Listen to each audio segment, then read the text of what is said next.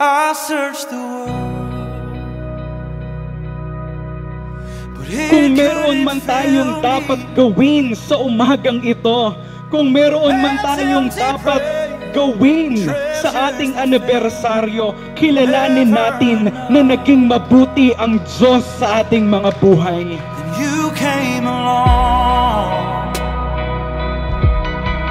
put me back together, and every desire is now Welcome to our satisfied. 39th church anniversary and Thanksgiving service. Purihin ang Panginoon. Oh, there's nothing better than you. There's nothing better than you.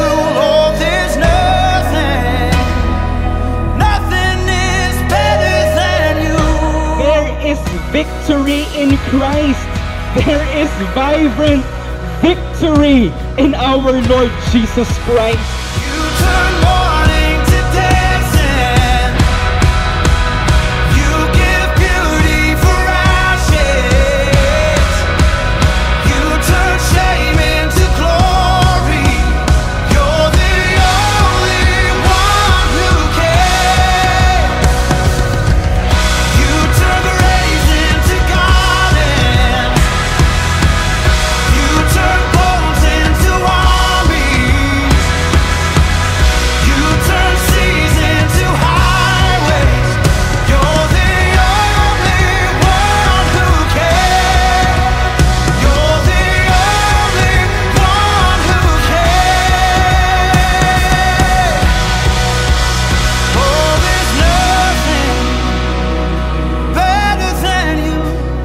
There's nothing. Tandaan natin mga kapatid, kung tayo man ay nagbibigay para sa Panginoon, alam natin ito ay hindi mawawala ng kabuluhan. Bakit? Sapagkat ang Diyos na ating pinaglilingkuran ay Diyos na hindi liko. Oh, there's nothing better than you. There's nothing better than you. Oh, there's nothing is better than you.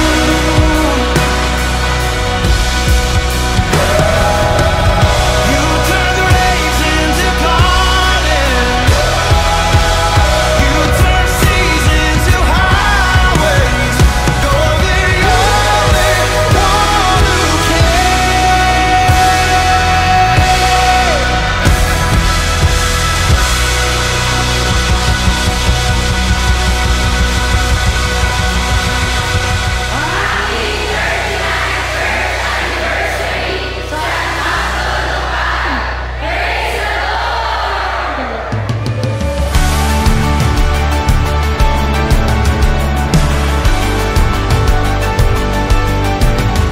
Your word is a lamp unto my feet.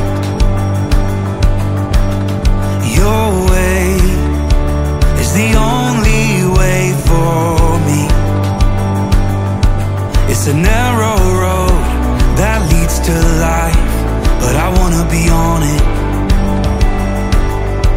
It's a narrow road and the mercy's wide, 'cause you're good on your promise.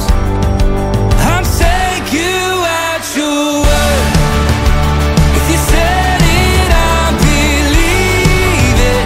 I've seen how good it works. If you started, you'll complete it. I'll take you at your word. If you said it, I'll believe it. I've seen how good it works. If you started, you'll complete it. I'll take you at your word. You're good on your promise. You said Kitang-kita natin kung paano ginagamit, kung paano pinangasiwaan ng matalino tagapangasiwa ang ating mga ikapo. Sabi nga ng mahal na apostol, hindi pa natin na ibibigay yung ating ikapo, meron ng pinaglalaanan. You said my future's full of your hope. You've never failed, so